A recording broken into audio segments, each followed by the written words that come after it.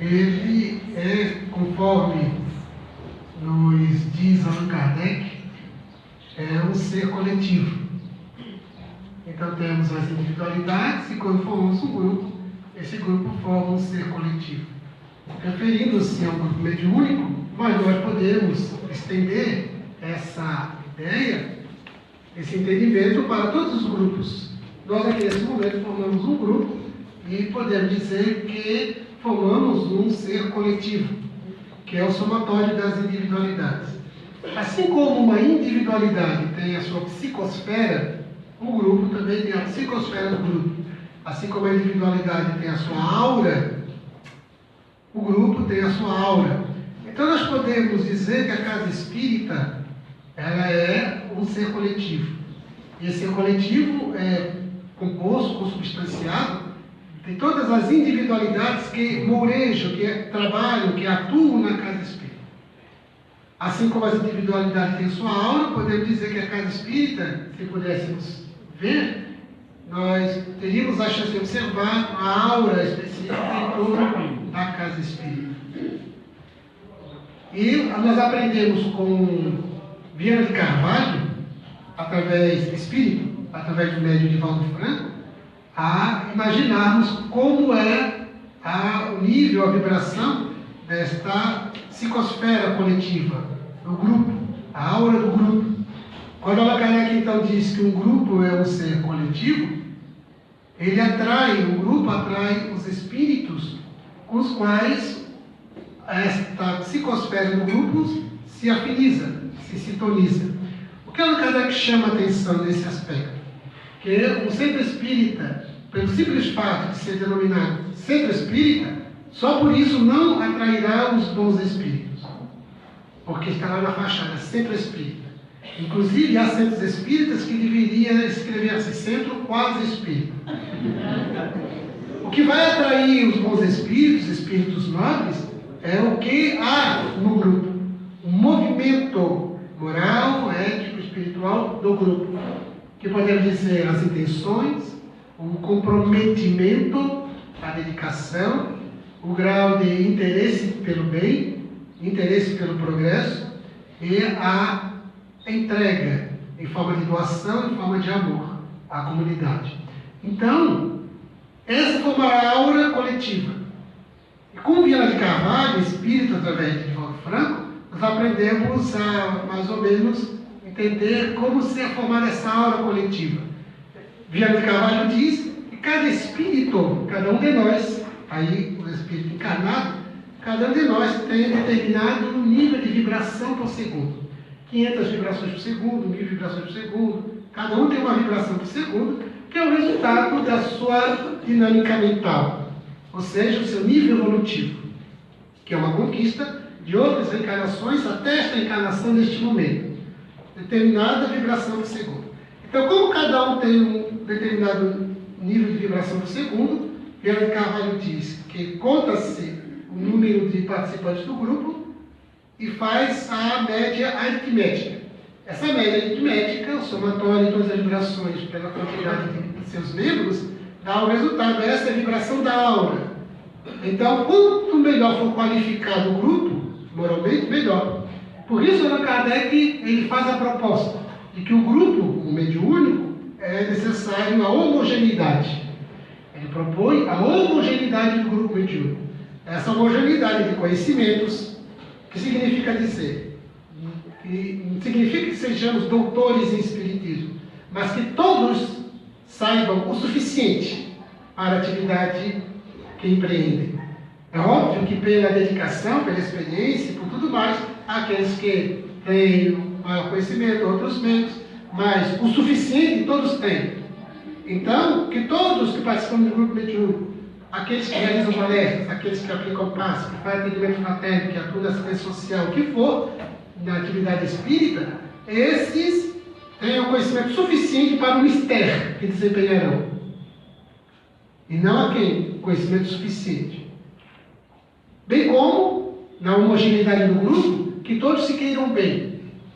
Tente imaginar na psicosfera do grupo alguém invejando o outro, ou estando numa disputa. Um não querendo bem ao outro. Então que todos se queiram bem.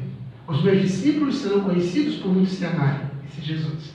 Que todos se queiram bem, que todos estejam implicados homogeneamente, com homogeneidade, todos implicados para a dedicação ao labor a qual estão dedicados, com a mesma intenção de crescer, de ajudar, de ao mesmo tempo de crescer na sua psicodinâmica evolutiva, como doar-se em favor do próximo. Esse próximo são os encarnados que precisam e os desencarnados que também necessitam.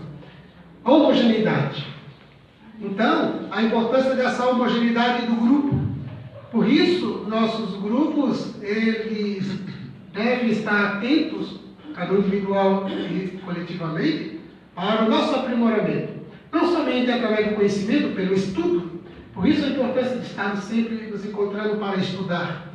Uma vez num seminário de uma instituição espírita, os companheiros chegando e tinha um grupo que nos cumprimentou, era sábado de tarde, porque estava na hora deles saírem para fazer distribuição de alimentos. E disse o líder do grupo: nós vamos lá, não vamos poder ficar porque nós vamos atender os nossos pobres. Percebe que o pobre é deles, né? Então nós só poderemos dizer coisa, nosso pobre. Então não vamos ficar porque nós vamos atender os nossos pobres. E deixaram de reunir-se com um grupo, de estudar, de refletir, e depois, então, ajeita-se, reorganiza-se a agenda para não deixar de cumprir com o compromisso de atender aqueles que estão vinculados às necessidades assistenciais, sociais, mas não se afastar do estudo, não se afastar do estudo, não se afastar dos momentos de reflexão, de aprendizagem. Eu assisti na quarta-feira em Florianópolis uma palestra do filósofo, professor de filosofia da PUC, Mário Sérgio Cortella. E ele disse algo que Leandro Carnal, historiador, excelente filósofo também, Leandro Carnal, ele também pontua. Ele diz: eu fico muito emocionado quando vejo tantas pessoas reunidas para pensar. E ele tem razão. Quando, diante de tantas propostas de uma sociedade que está entretida, distraída com prazeres e com penduricalhos de atrações, com inúmeras situações e possibilidades de diversões, que nós dediquemos o tempo para juntos compartilharmos as emoções de um mesmo interesse e pararmos pelo menos para pensar, para ouvir de novo, para reforçar ideias. Então, isso é muito importante. E o grupo da Casa Espírita deve estar implicado nesse processo. E gostarem-se um do outro, e gostarem da doutrina espírita, gostarem do movimento e trabalharem pela causa. Porque há um outro problema muito sério. E Maria Flamengo Miranda alerta para disputas na Casa Espírita. A disputa pelo poder. É incrível, mas ainda existe. Eu fico às vezes pensando, depois da experiência do movimento espírita, eu estive na presidência da Federação Espírita Catarinense, estive na presidência de instituição espírita outra, e eu fico pensando, se critica tanto os gestores da esfera municipal, estadual e federal, mas não é de estranhar se no nosso meio, infelizmente, ainda existem algumas coisas. Pedir cargos, por incrível que pareça, há interesse por cargos. Disputas pela direção da casa. Uma instituição que conhecemos e fazemos palestras com frequência, uma instituição, ela fez todo o trabalho cumprindo os estatutos para nova eleição, uma nova direção. Mas um grupo que se considerou prejudicado no seu anseio de poder, porque esse é um projeto de poder, entrou com uma ação em juízo e conseguiu uma liminar. Então, no dia da eleição, então chega o oficial de justiça acompanhado de policiais para impedir as eleições. Percebam o constrangimento. Os autores disso dirão: nós fizemos pelo bem da casa, pelo bem do movimento. Não. eles estão a serviço das trevas. Qual foi o benefício? Pararam para se perguntar o benefício produzido para a casa? Porque o único interesse era tomar o poder para fazer do Santo Espírito que bem tem. Recebi convite de casa espírita para fazer casamento, por incrível que pareça. Eu pensei que era brincadeira, casamento na casa espírita, porque uma das frequentadoras importantes da casa ia se casar, então eu queria um casamento espírita, e eu seria ia celebrar o cerimonial. Como responder a uma proposta dessa? E deixe que isso aconteça para ver onde vai chegar. Daqui a pouco vai ter o batismo, vai ter todos os sacramentos. E o espiritismo se desvia com o atavismo do seu objetivo maior, o movimento espírita. O espiritismo não, o movimento se desvia do seu objetivo maior, que é de viver a mensagem espírita com autenticidade. Então, temos isso, sob influência do que? Das trevas. É aqueles de nós que ainda atavicamente achamos maravilhoso, fantástico. Então, vamos seguir adiante. De tal modo que existem os conflitos, existem os problemas, existe uma casa espírita que teve que vender o seu patrimônio para pagar os direitos trabalhistas. Porque os voluntários, chega um dia, não, eu não fui voluntário. Está aí, pede, e conforme as disposições das leis, da consolidação das leis do trabalho, mas também da tendência dos julgamentos, vão reconhecer conforme a situação, vender o patrimônio para pagar os direitos trabalhistas. Por isso, teve um movimento, não tenho mais ouvido falar, mas teve um tempo no nosso movimento espírita que começou assim: todo voluntário tem que assinar um documento, como voluntário, e eu aconselho. Assina um documento, sou voluntário e tal, assina, carimba, põe tudo. Biometria, faz tudo. Tira foto da IS, deixa o DNA, porque nós não sabemos do que a criatura humana é capaz. O ser humano é imprevisível. Ele é imprevisível. Saibamos disso. O ser humano é imprevisível.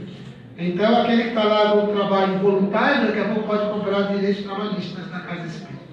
E vai ter que se virar a casa espírita. Então, nós vamos ver esses conflitos internos, conflitos de poder, os problemas do sexo, o problema do dinheiro. Quando a casa espírita começa a verificar a importância do dinheiro, que ela tem a sua importância, mas perde a essência da casa.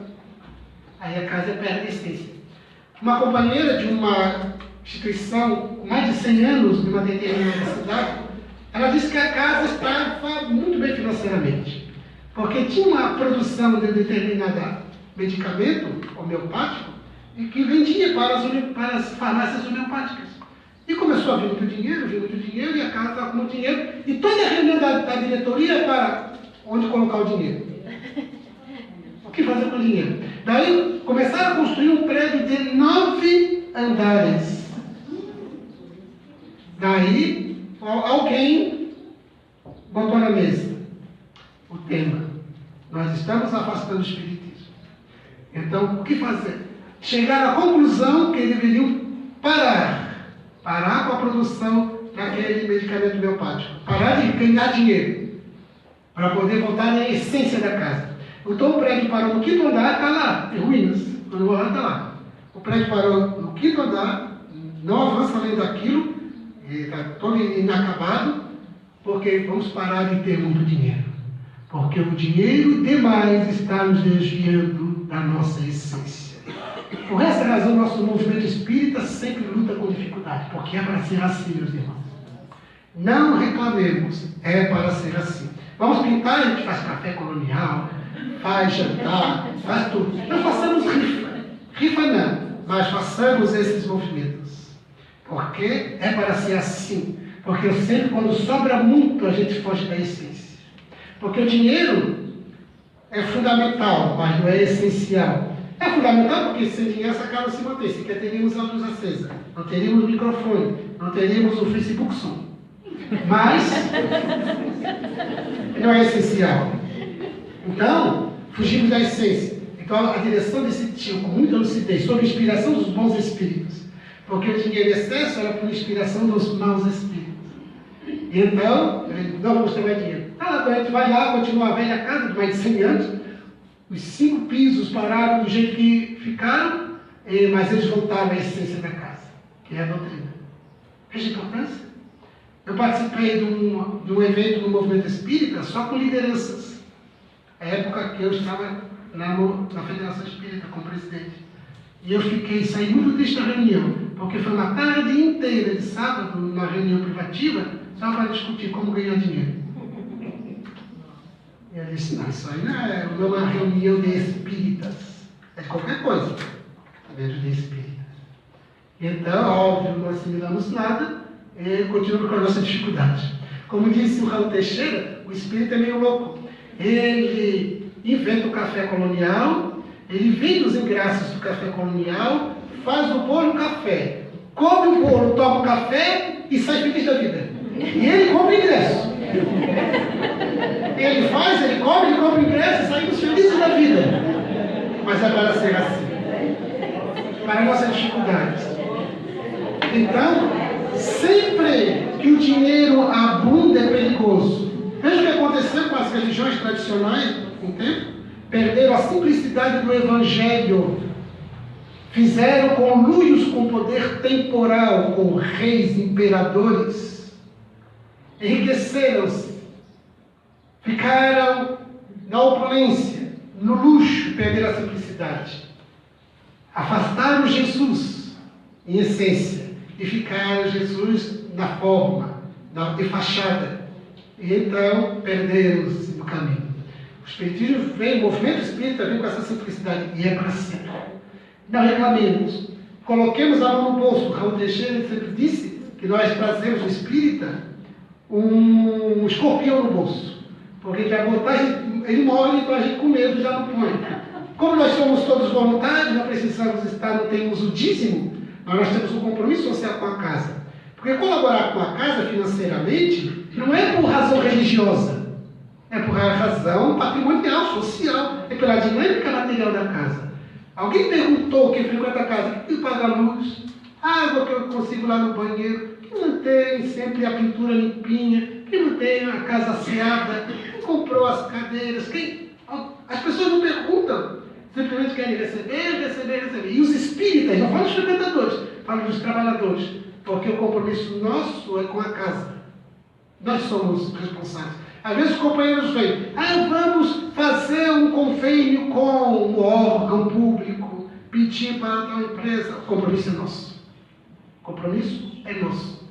Eu trabalho no Tribunal de Contas, eu tive a oportunidade de ver que o setor que recebe as prestações de contas estava lá. Órgão público doando R$60 mil para o Oktoberfest, para compor, criar aquela bicicleta que chama Centopeia. R$60 mil. Muito bem. Dinheiro muito bem aplicado. Outro não sei quantos R$1.000 para escolas de samba. Daí então nós vamos pedir também para o poder público para manter a casa. Esse é o dever nosso. Esse é o dever nosso. É diferente de convênios que se faz de uma creche, por exemplo, quando tem educação, para que a prefeitura ceda os seus profissionais, os seus professores. É diferente, porque é um trabalho do município. É um trabalho do poder público. E eles gostam que a gente faça isso porque eles oferecem o recurso humano, enquanto nós oferecemos todo o espaço. É diferente desses convênios. Agora, para manter a casa, é compromisso nosso. Nós é que temos que regular para manter, porque quem se beneficia primeiro somos nós, depois é a comunidade, mas nós somos os primeiros beneficiários. Então, onde sobra muito é perigoso demais. Vai a gente enriquecer para ver se a gente vem aqui na semana que vem. Quantos virão? Às vezes os amigos assim, Gerson, pensou se eu ganhar na Mega Sena acumulada, não será bom? E eu disse, pode ser que sim, pode ser que não. Quando uma companheira de um grupo de estudos, há um pouco tempo atrás, ela aprendeu no grupo de estudos, conforme está lá no livro dos Espíritos, que a riqueza é uma prova mais perigosa que a pobreza. A prova mais perigosa. Porque estimula o quê? O materialismo, a ganância, o egoísmo, né? Então ela aprendeu isso, opa. Aí ela veio conversar conosco, conversando com a gente, dizendo assim, poxa, Deus não me quer dar a prova da riqueza. Eu achei que era brincadeira. Eu disse, pois é, a prova da riqueza. Não, mas aí quando eu percebi que era sério, eu disse, é sério meu? Não, eu resolvi pedir a prova da riqueza. Por que você pediu a prova da riqueza? Para construir orfanatos, hospitais, sim. Claro, isso é que a gente argumenta para Deus. Mas antes de terminar a sua casa na praia, porque ela tinha começado o curso da casa na praia, tinha terminado. Mas antes de terminar a casa na praia, com trocar de carro. Então, depois de atender todos os nossos interesses, se sobrar, uma vez uma companheira deixou de frequentar a instituição. Nos encontramos nas ruas de Florianópolis.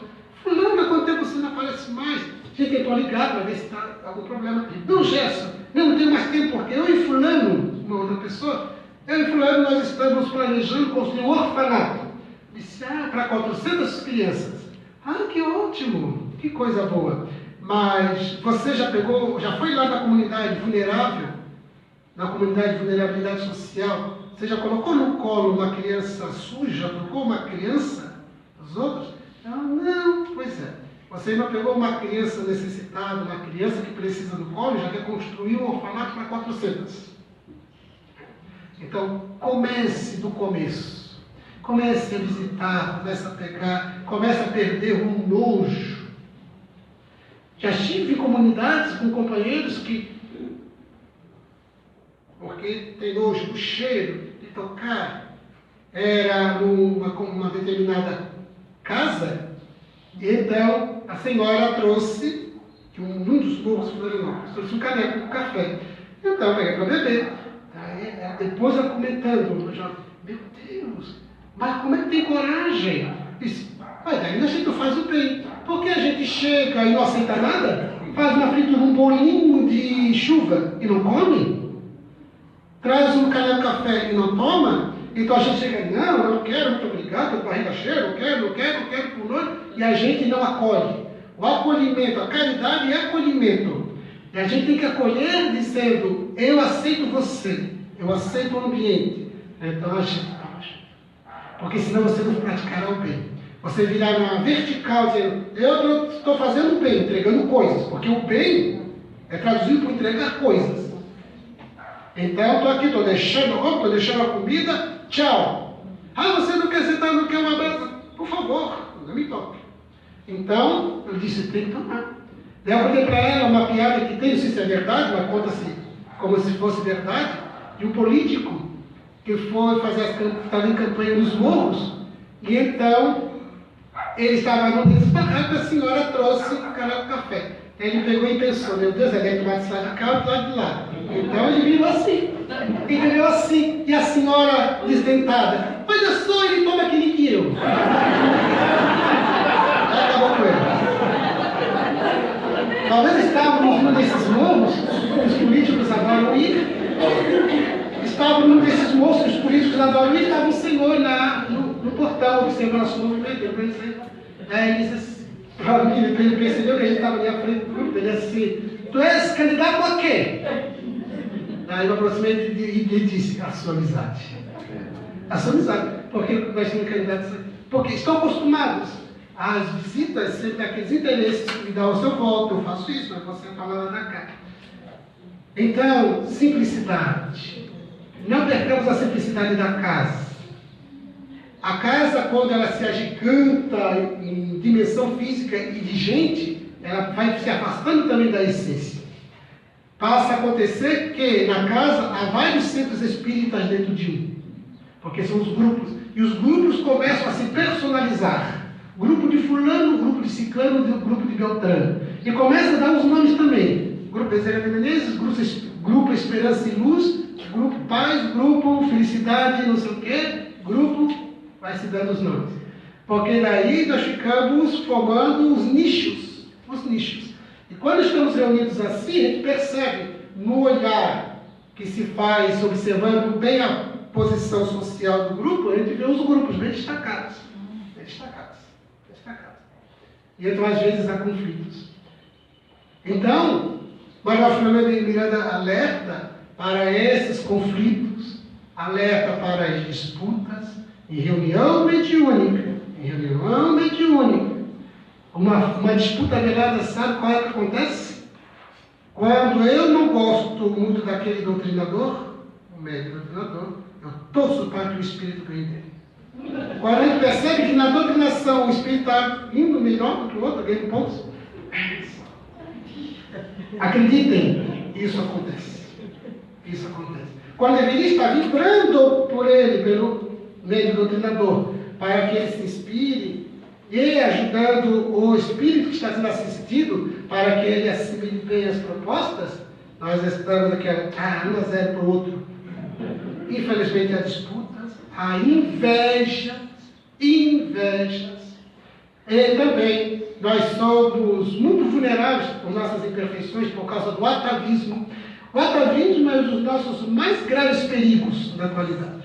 O atavismo, no espiritismo, o atavismo. Por quê? Todos nós somos egressos, todos nós somos almas que viemos de outras religiões. Todos nós. Em especial, principalmente a Igreja Católica Romana. Todos nós viemos da experiência da Igreja na Europa, em especial. Então, todos nós tivemos experiências lá. E muitos de nós tivemos funções de poder, de comando, de controle. No nosso olhar no espírito, às vezes a gente percebe, ali está uma freira, uma mais superior, ali está um bispo, pela forma como se comporta nas lideranças. Para qualquer coisa que tem que fazer, beijar o meu anel. Para fazer beijar o anel, precisa da autoridade, da autorização, da assinatura. Então, os atavismos igrejeiros que trazemos, por causa da autoridade, do sentimento de poder, e entrou a arrogância, a prepotência, o autoritarismo. Então, há o atavismo igrejeiro. Nesse comportamento e também na adaptação, no ajuste de certas práticas de um passado. Nós temos hoje a prática do passe. O passe afirmam alguns, Allan Kardec não ensinou passes, mas Jesus ensinou. Jesus fez a proposta de impormos as mãos. Impõe as mãos. Irmã Dulce, em Salvador, Divaldo conta, eles tinham uma relação de amizade. Irmã Dulce visitava Divaldo visitava a Irmã Dulce. Joana de Anjos dava recado para ela perguntava a respeito dos espíritos, ela entendia tudo. Então, a Irmã Dulce contou para Divaldo que ela aplicava passes. Perdão, Joana Angélica, quando estava ainda encarnada em Salvador, ela punha as mãos nas suas irmãs, porque era o comando de Jesus, ela aplicava um passe dentro do Espiritismo, antes de conhecer a doutrina espírita. Porque essa é a orientação de Jesus.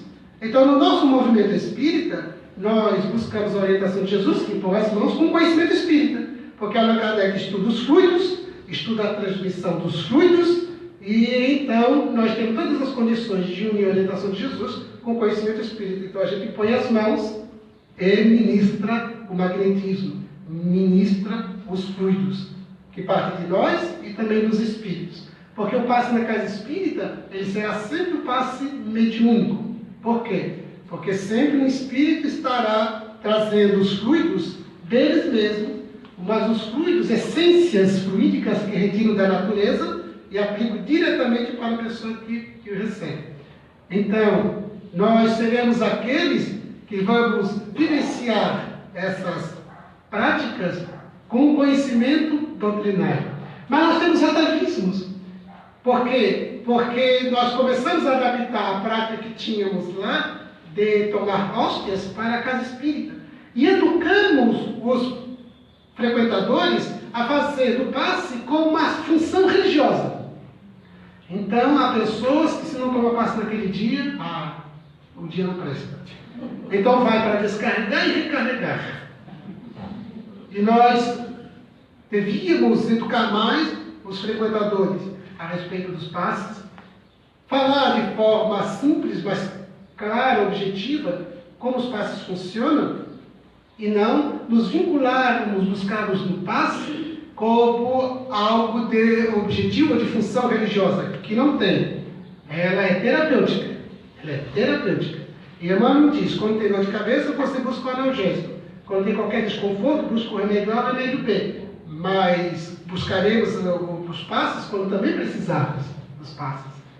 Para que não nos tornemos, como lá na igreja se chama Papa Hóstias, aqui Papa Passas. Então, aos atavismos dessas práticas.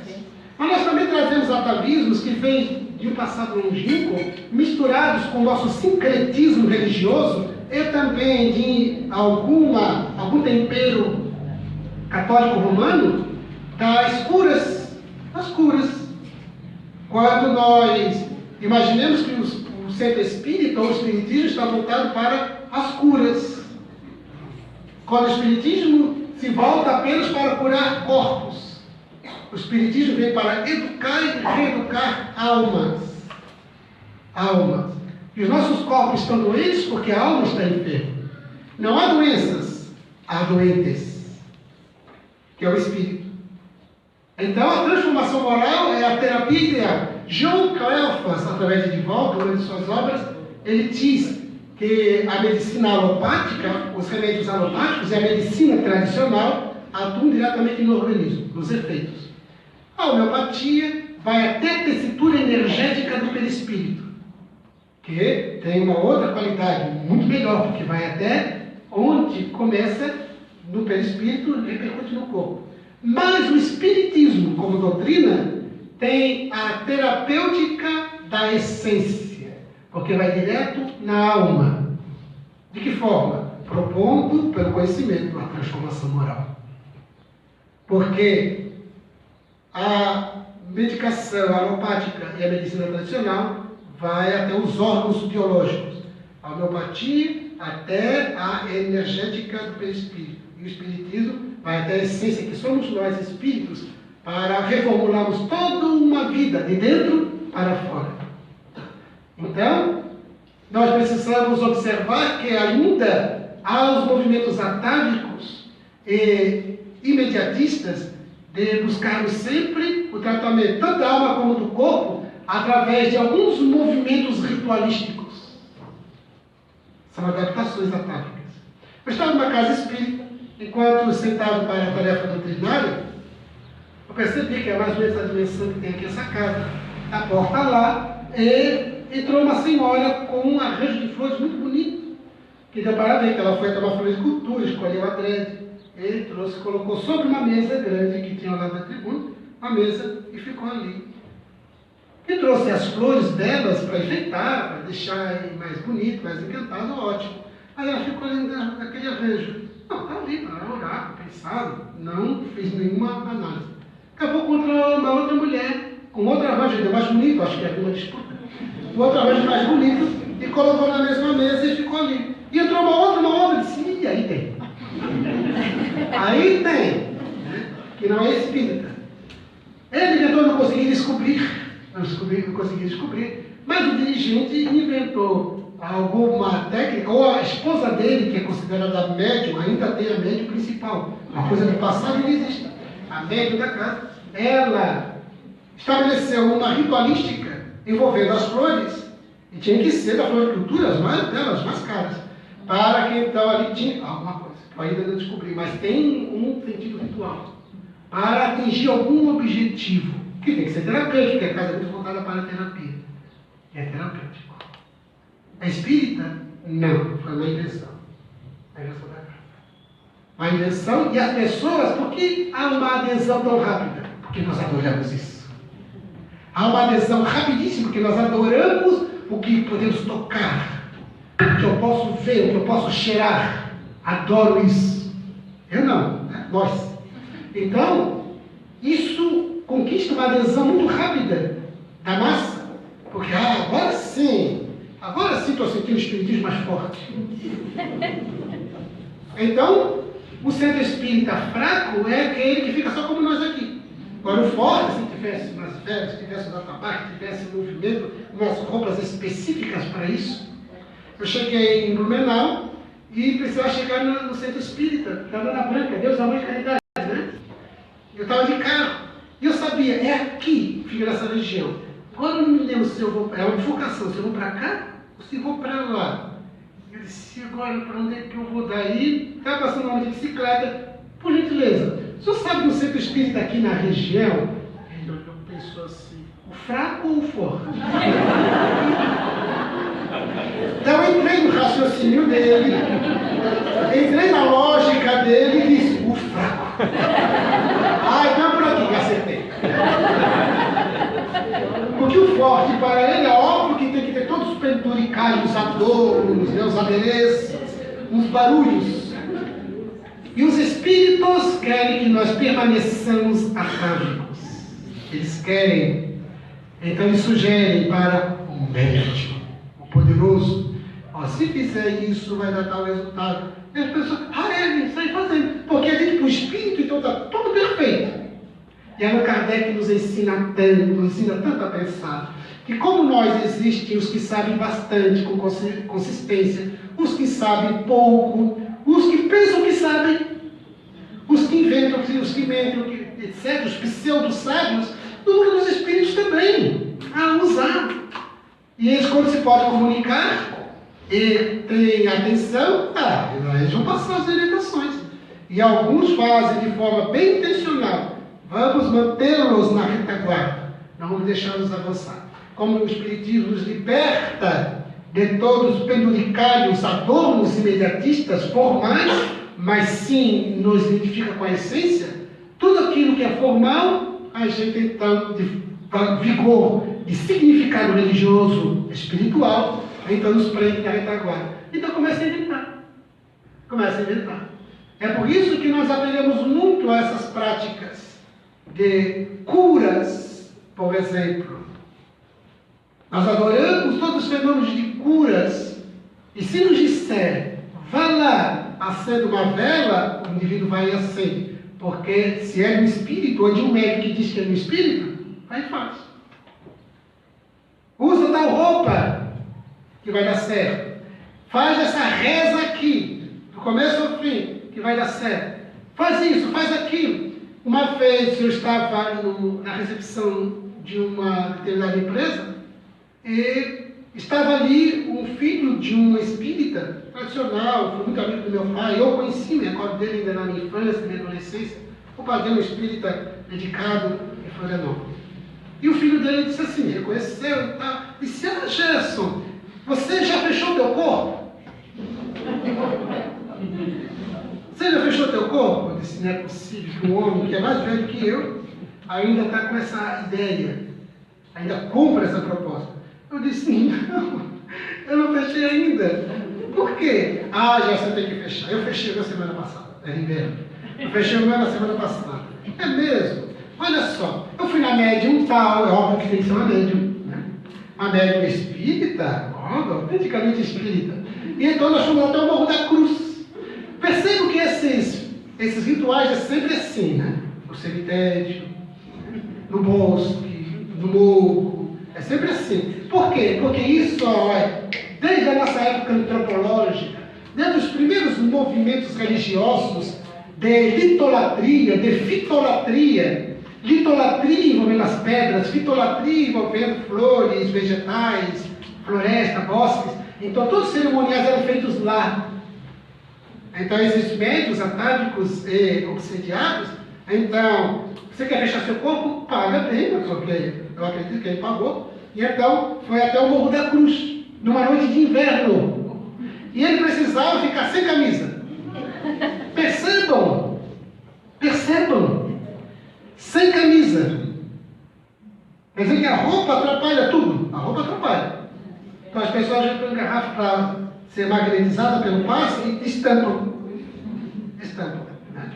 E então, para cair perdigotos, qualquer coisa lá, a exigir, não, pode deixar. É porque não entende, mas também ninguém ensinou. Uma vez na casa espírita, a pessoa destampou, aí eu botou na mesinha, eu chamei. Por que você destampou? Sabendo por quê, mas pensando que a pessoa responda.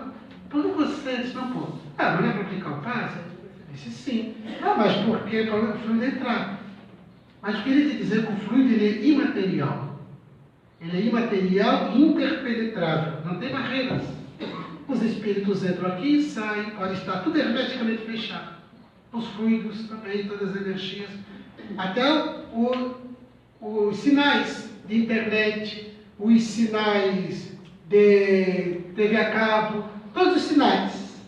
O teu celular, você manda daqui e vai para qualquer lugar, recebe, ultrapassa as paredes, ultrapassa, não é. Só que eu num lugar fechado com aço, em determinadas regiões, e qualquer muito forte, tem problema de sinal. Mas no ambiente como esse aqui vai e vem. Os fluidos muito mais. Então pode mantê-lo fechado. Mantê-lo fechado, que é até bom por razões de higiene, se sente mais seguro, mantém fechado, porque os fluidos interpenetrarão com tranquilidade. Então a gente mistura um conceito, uma ideia, um conhecimento, e a pessoa. Mas os atavismos. Então, precisava tirar a camisa. E ele acreditou. E então, chega uma hora, Morro da Cruz, no inferno, e assim, por favor, ia fazer um ritual, é claro. Fecha esse corpo antes que esse corpo morra de frio.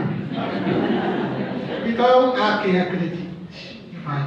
Acende uma vela, faz aquele doação, faz aquela coisa. E dança, e ginga, e muda de roupa, e tira a roupa, e vai. Quando a gente deixa. Lembram? São necessárias revelações, porque muitos desprezaram esqueceram a lei de Deus.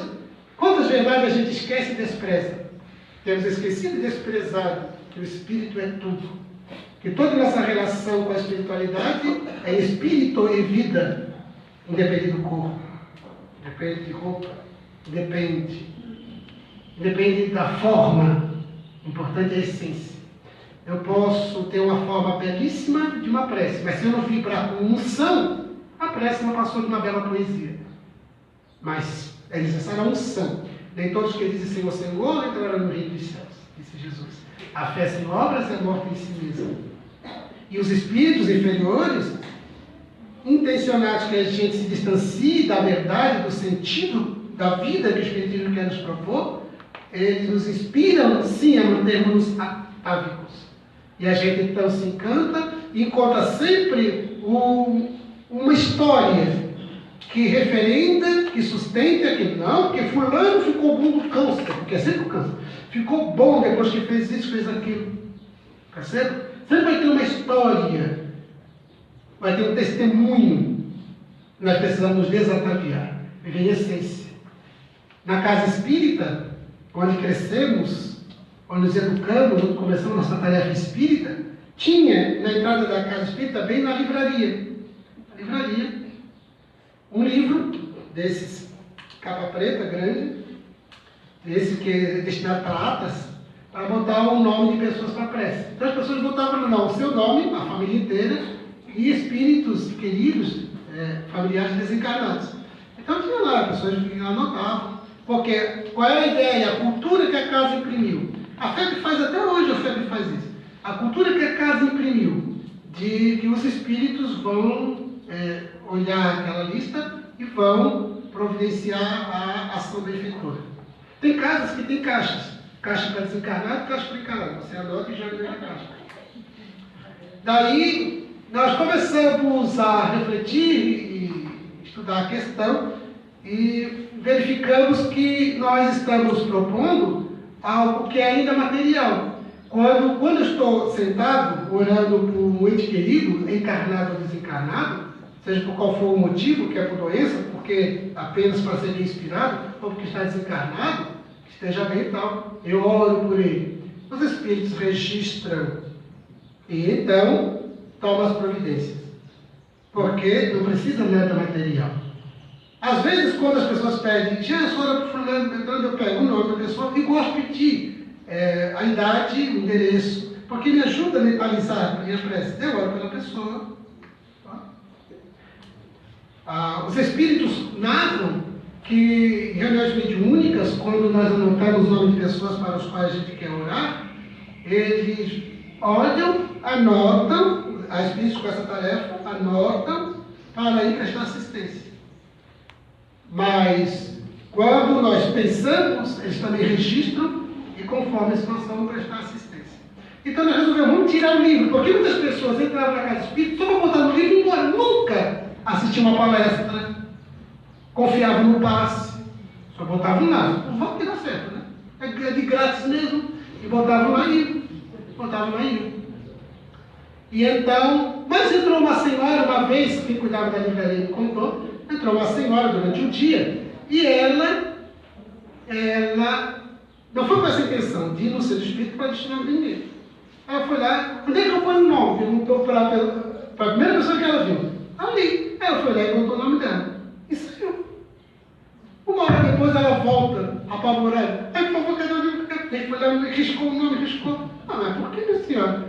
Não, o que ela queria mesmo era um órgão público para dar o nome dela para não sei que providência e se enganou.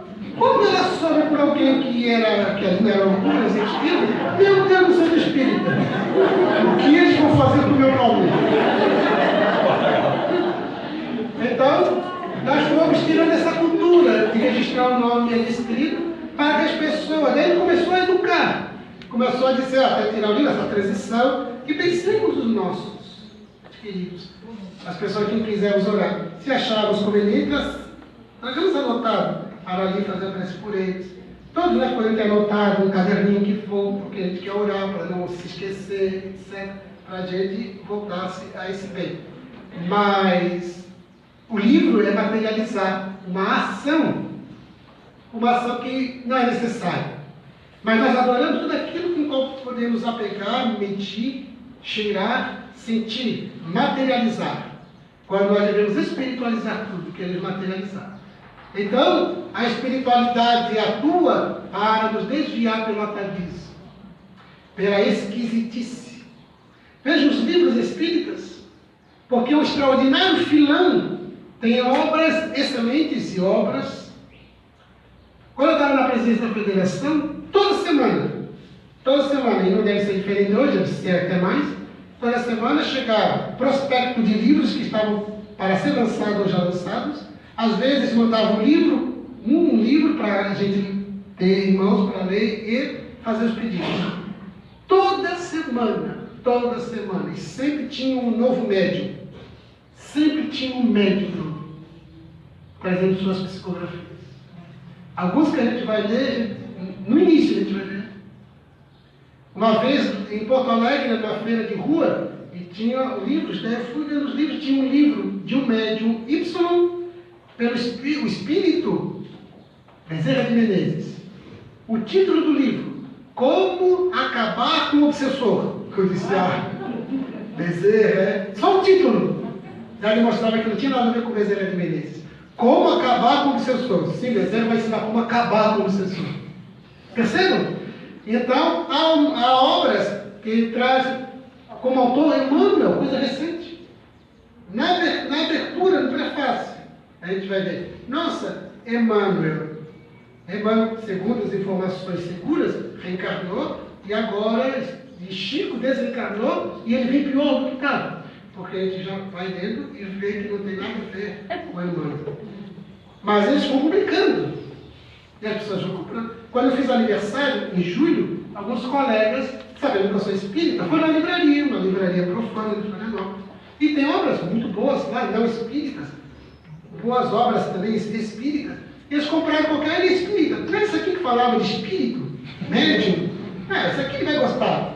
Me deram. Quando eu abro, não tinha nada a ver. Era um médium que achava que era, um espírito que também achava que era espírita. É uma confusão. Eu vou lá trocar. Aí troquei aquela obra por 2 livros de psicologia. As 2 relacionadas a Jung. Pelo preço de um, consegui 2. Então, eu disse para os colegas, olha, eu fui à livraria e troquei. Porque eu queria que eles soubessem que não me agradaram com aquela obra. Que eles primeiro estudassem espiritismo, para dar um livro espírita. Porque se ele não conhece espiritismo, de qualquer coisa, ele tem um gibi. Mas no livro espírita ele não sabe escolher, provavelmente. Então, qualquer coisa vale. Vai o espírito, energia. Então o espírita vai gostar. Como eles não entendem de espiritismo, eles não sabem o que a obra trata, como trata, porque nós temos critério. Então, quantas obras são inspiradas, organizadas pelas trevas para nos manter na ignorância. Cheguei numa casa espírita, aí tem a palestra de gente assim. Você já leu o livro Y do médium X?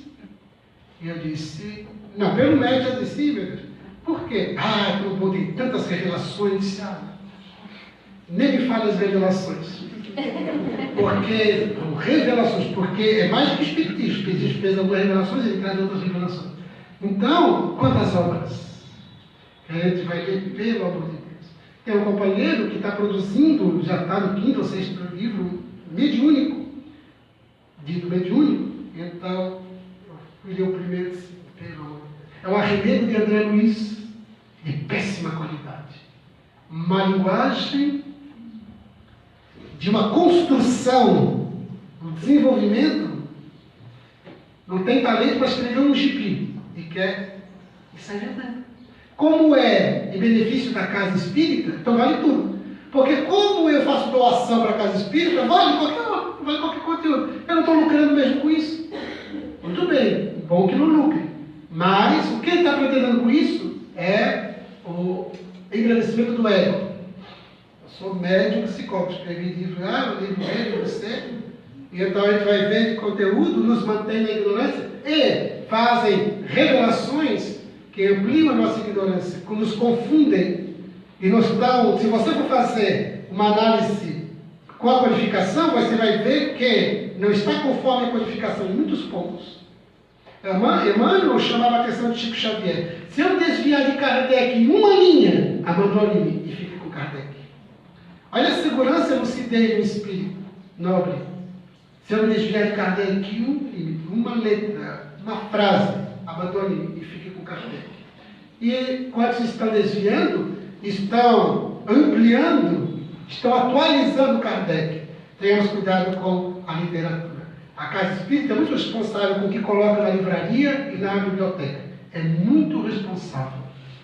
Porque aquele que veio, está aqui, é espírita, recebe a chancela da casa. É aqui, está aqui, é espírita. Então, muito cuidado. As psicografias na Casa Espírita, que os companheiros às vezes recebem e já estão publicando. Publico no site, publico, porque hoje as casas têm o excelente hábito agora de, eu ia falar reto projetor, pelo data show, coloca mensagens muito boas, bem escolhidas, mas há casas que eu estive que os companheiros colocam as mensagens psicografadas pelos médios da casa. A gente percebe pela data que foi ontem, foi semana passada. Deu tempo deles fazerem uma análise, parar e analisar frase por frase, parágrafo por parágrafo, tudo se está pelo menos conforme a doutrina. Então nós precisamos estar atentos. Uma companheira, ela participa de um determinado grupo de estudos, ela me disse assim, olha só, 9 laudas, 9 folhas, psicografia, do Centro Espírita tal, em Florianópolis. A minha mãe, a sua mãe, minha mãe. E então, ela disse, tu lê para mim? Leio sim. Eu li por curiosidade. Daí eu fui ler, quando eu vi para ela, perguntei, fulano, me diz, onde é que está a tua mãe aqui? Porque quando eu li, eu percebi que era tudo muito genérico. Genérico. O mundo espiritual é legal, o mundo espiritual tem trabalho, bem, essa coisa bem genérica, sabe? Aquilo que eu gosto de estar bem acostumado. Ela disse, onde é que está a tua mãe aqui? Como assim? Leia de novo e diz assim, essa aqui é a minha mãe. Você não escreveu para ti, ela ia se identificar, porque esse é um dos critérios dos espíritos, quando endereçam para uma pessoa, é se identificar. Como se identifica? Falando características, coisas pessoais que ela vai poder. É a minha mãe, é o meu pai, é o meu filho, porque o médium eu saberia dele. E então, disse, olhe e verifique. E ela, na semana seguinte, ela voltou, já se encontrou em nada. Mas esteja certo, sua mãe vive. Um companheiro esteve no nome da cidade e trouxe, o meu filho adolescente. Olha aqui, eram 3 folhas pequenas, escrito assim. O nome do filho era André. Você disse o nome para o médico? Sim, perguntou o nome do filho André. O André, pai, o André está bem.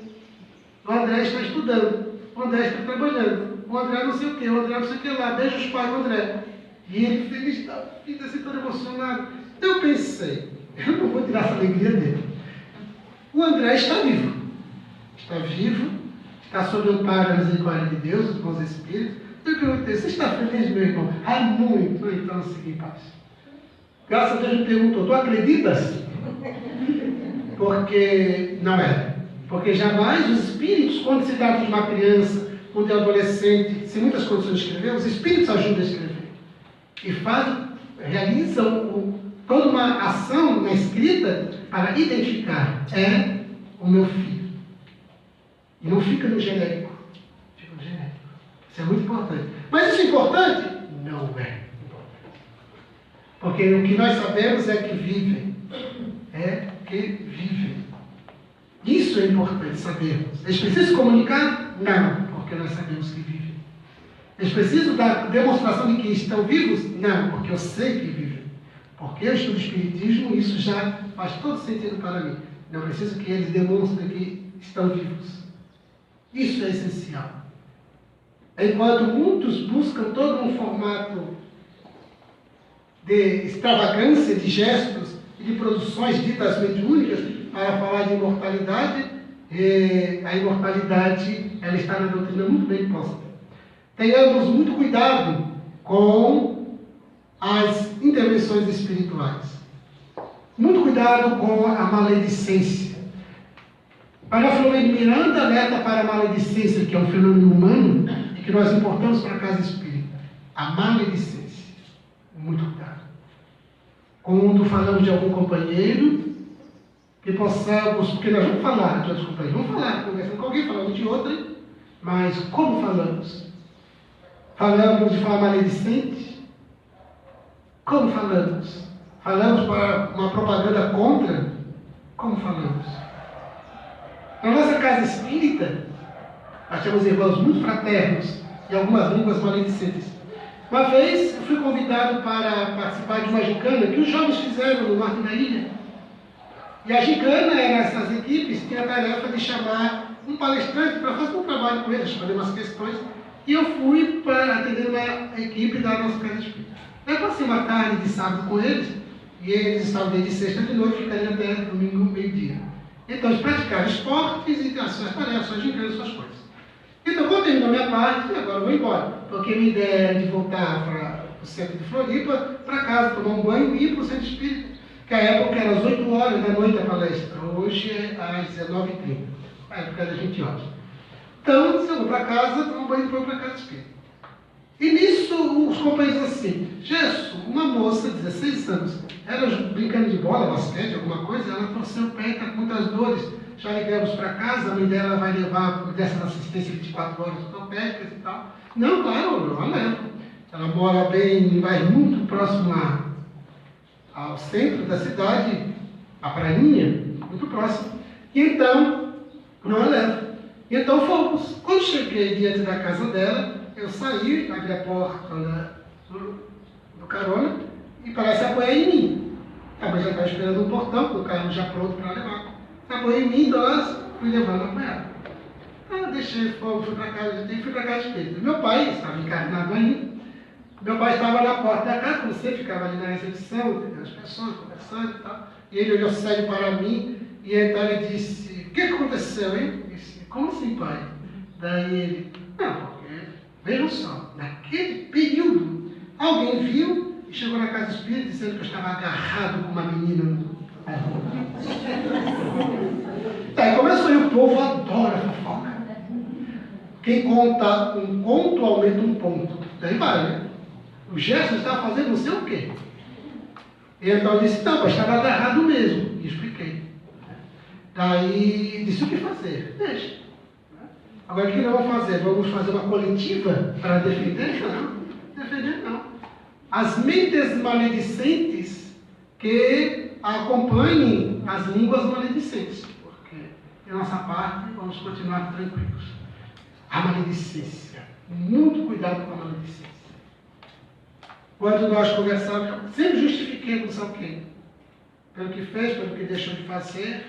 E nunca utilizemos a maledicência em tom de fofoca para colocar lenha na fogueira. Seguremos a língua. Detemos-nos. E saibamos atuar com fraternidade, com misericórdia, quando o caso requer, porque se o caso é real, então nossa ação não é simplesmente explodir, tornar isso, fazer disso um escândalo, mas é o que podemos e devemos fazer com aquele caso pontual. Recebi um telefonema de uma companheira de uma instituição espírita de uma outra cidade, porque o marido teve uma experiência extraconjugal e virou um escândalo na casa. Ele era o presidente da casa. E ela ligou feroz, falando tudo de bom dele. E então, dizendo que ele tinha que ser expulso da casa, não sei o que lá. Então foi bem difícil por telefone, acalmá-la, conversar com ela, para que ela resgatasse o bom senso. Conversamos demoradamente. E deixamos ela falar bastante, porque quando ela falava, descarregava, né? Ele faz a catarse. Ela alivia. Então é muito bom. Foi bom ela ter ligado porque é terapêutico. A descarrega e depois, com certeza, ele ia dormir melhor. Quando deixamos ela falar, fizemos algumas considerações. E ele me ligou também. Me ligou na defensiva e está todo envergonhado, todo constrangido. Naturalmente ele soube que ela me ligou. E também sabia que a repercussão já chegaria ao nosso ouvido. Daí eu disse para ele, era presidente da instituição. Eu disse, um momento agora requer muito equilíbrio, muito bom senso. Pelo teu bem e pelo bem da casa, pelo teu bem para que você não fique algo fácil, que seja martelado, com petardos mentais de todo tipo. Pelo teu bem, para você se poupar, você se afasta da direção da casa, não da casa, da direção. Pelo bem da casa, porque a casa, sim, ela é protegida de um escândalo que a pessoa que tiver de aumentar. Então, você se afasta, permanece na casa, nos grupos de estudo, nas sessões doutrinárias, e aguarda. Aguarda o tempo. Aguarda o tempo. Suporta todas as consequências das maledicências, das fofocas, das classificações, porque serás classificar, porque os espíritas são muito fraternos, né? Adoramos classificar. Tu já está com o umbral, com o passaporte já assinado e carimbado, né? Para o dobro de André Luiz, mas suporta tudo, mas não se afasta da casa, mas se afasta da presidência, para preservar a casa e a ti mesmo. Era a providência que tinha a ser tomada. Era a forma mais discreta, mais sensata, mais saudável a adotar. Não se defenda, porque qual é a defesa que ele vai utilizar? Porque aquilo era notório e ele já reconhecia, não tinha como se defender. Mas qual seria o mecanismo de defesa dele? Reagindo. Então, não se defenda, silencie. Não passe recibo de nada. Todas as agressões que receberes, aceita. Não retorna. Não devolve. A esposa, conforme a direção que ela for dar, se é pela separação, aceita. Não retorna com agressividade. Não a culpe. Porque quase sempre o autor de uma tragédia dessa, da infidelidade conjugal, ele passa a culpabilizar a companheira. A companheira porque ela é responsável. Porque faltou com isso, faltou com aquilo. Então a pessoa vai se defender sempre. Então, procuramos orientá-lo da melhor maneira, mas se afastar. Porque essas ações aconteceram sob o apanágio da espiritualidade inferior. Certamente. Então, a hora de mobilizar quais são as nossas possibilidades de recuperação, de minimização do momento atual. Então, nós precisamos estar muito atentos e observar o ego.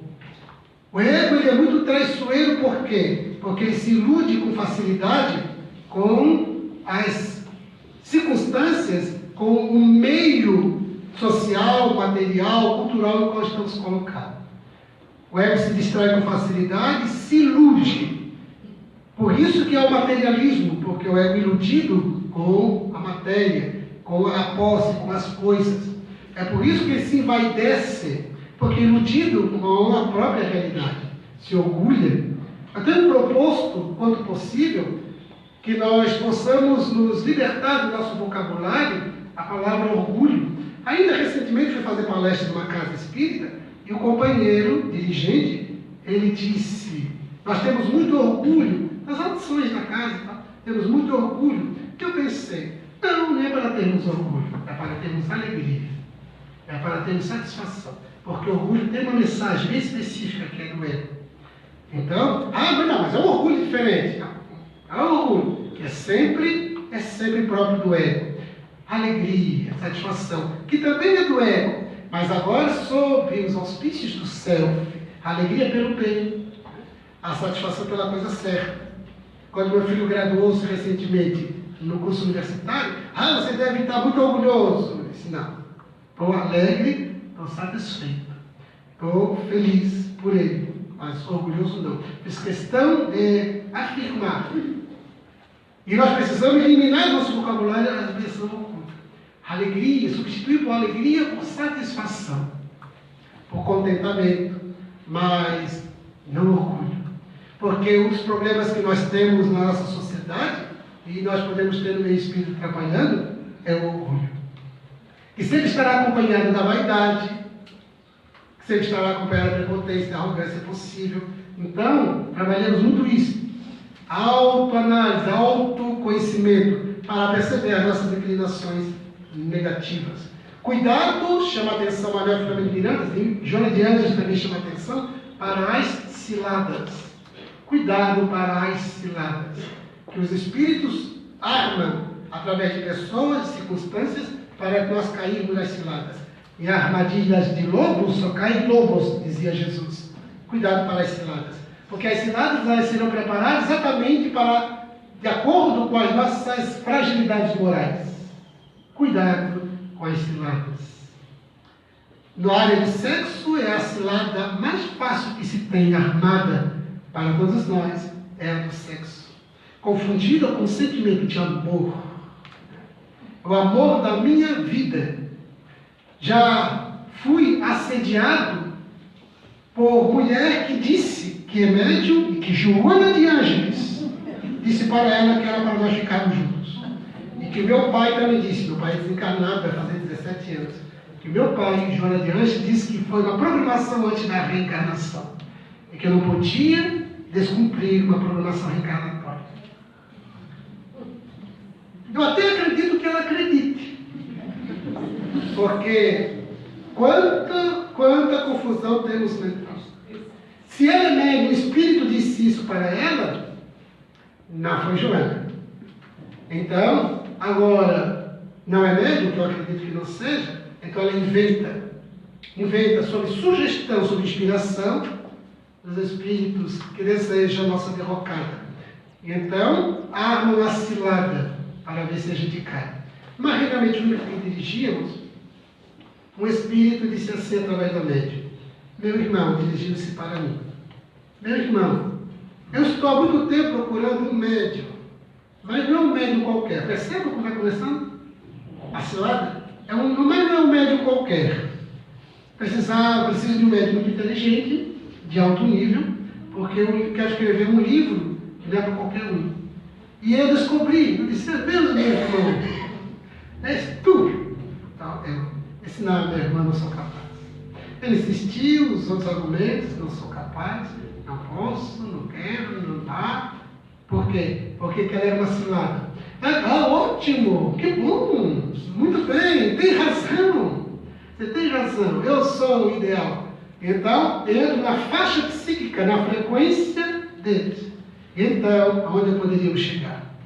Recorde da morte de Ulisses Guimarães? Ulisses Guimarães, ele morreu, ele e a esposa, queda de um helicóptero. E os corpos nunca foram encontrados. Na época, durante um bom tempo, tentaram encontrar os corpos. Bombeiros, tudo, tentaram encontrar os corpos. Não, realmente o único acredita. O Espírito disse, meu irmão, eu sei onde está o corpo de Ulisses Guimarães. Verdade. Eu vou te dizer para que você leve para as autoridades. Não vou. Meu irmão, não vou. Acreditem, uns dias depois, no Fantástico, um médium, só que era um bandista, pelos paramentos, era um bandista, disse que sabia onde estava. Então estavam os bombeiros num barco, as ondas muito fortes, e ele lá. E eu disse, olha, não era para estar eu lá. Então ele tinha uns panos e tal, que um parlamento bem de prática africanista. Ele estava dizendo onde estava o corpo. Não encontraram. Então daí justificou qualquer outra coisa. Ele disse, era para isso estar lá, parecendo fantástico. Para envergonhar meu estado. Vocês, como dizia o Raul Teixeira, né? A espiritada. A espiritada espírita se envergonhar. Não é herói de objeção. Não é famoso. Então, verdade, irmãos, isso aconteceu na reunião mediúnica, mas essa é a proposta para mim. Se nós não percebemos de cara que era uma cilada, não tivéssemos um pingo de bom senso, a gente assinava embaixo e ia para o fantástico. Porque os programas adoram isso. Eles adoram isso. Eles querem pauta, eles querem botar a gente lá, de qualquer jeito. Então, imagine. O programa do César Souza, você sempre existe, que é sempre de tarde, terminado o canal de TV, passava sempre de tarde. Tinha um quadro que eles criaram de 15 minutos, Vida, Além da Vida, acho que é esse quadro, Além da Eternidade, é um quadro assim, que eles queriam que sempre um espírita fosse lá responder a uma carta, que eles receberiam uma carta de alguém contando o fenômeno que viveu, e era para dar a visão espírita. E a pessoa me ligou, ela me ligou, a secretária dele, por um ano certinho. Foi de um mês de abril de um ano ao mês de abril do ano seguinte. Um ano certinho, pelo menos uma vez por mês ela ligava. E eu, da primeira vez, apareci na TV e tal, eu disse assim, mas como é que é o programa? Como é que é a sistemática? Não, o telespectador manda uma carta contando um fenômeno, e então tem que dar a visão espírita. Eu percebi, Deus tem gente com todo tipo de fenômeno. Eu disse, mas se não for um fenômeno autêntico espírita, eu posso, você tem que dar a visão espírita. Eu disse, minha irmã, não posso fazer isso. Porque eu não sou desprezado. Daí, na segunda vez, ela disse, você vai aparecer na TV. Eu disse, mas eu não sou artista. O artista é que gosta de TV, eu não sou artista. Quando eu vou para a TV, ou vou para a rádio, eu vou sempre para falar de espiritismo de alguma forma, porque essa é a minha ação voluntária.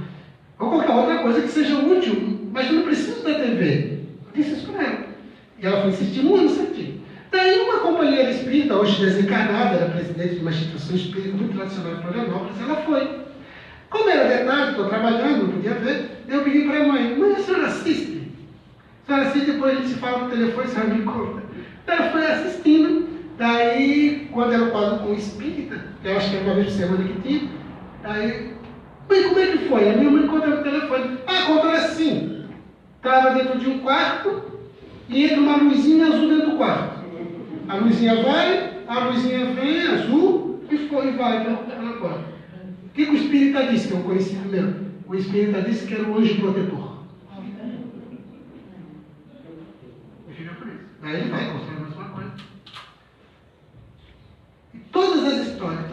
Um companheiro amigo que participava do nosso grupo de estudos, já tinha começado a fazer palestras. Gerson ligou para mim, Gerson, me ligaram. Fulano, eles têm me ligado, mas eu não tenho aceitado por isso, por aquilo. Mas ele foi. Não, vai ser na TV, porque eu vou divulgar o espiritismo. 15 minutos para divulgar o espiritismo, eu fui, e foi. Ele disse, daí me ligou, Gerson, não tinha passado ainda, tinha gravado. Gerson, eu me arrependi tanto. Porque daí eu tinha que dar, eu tinha que dar a visão espírita. Eu enrolei, gaguejei, fui e vim, disse, bem feito.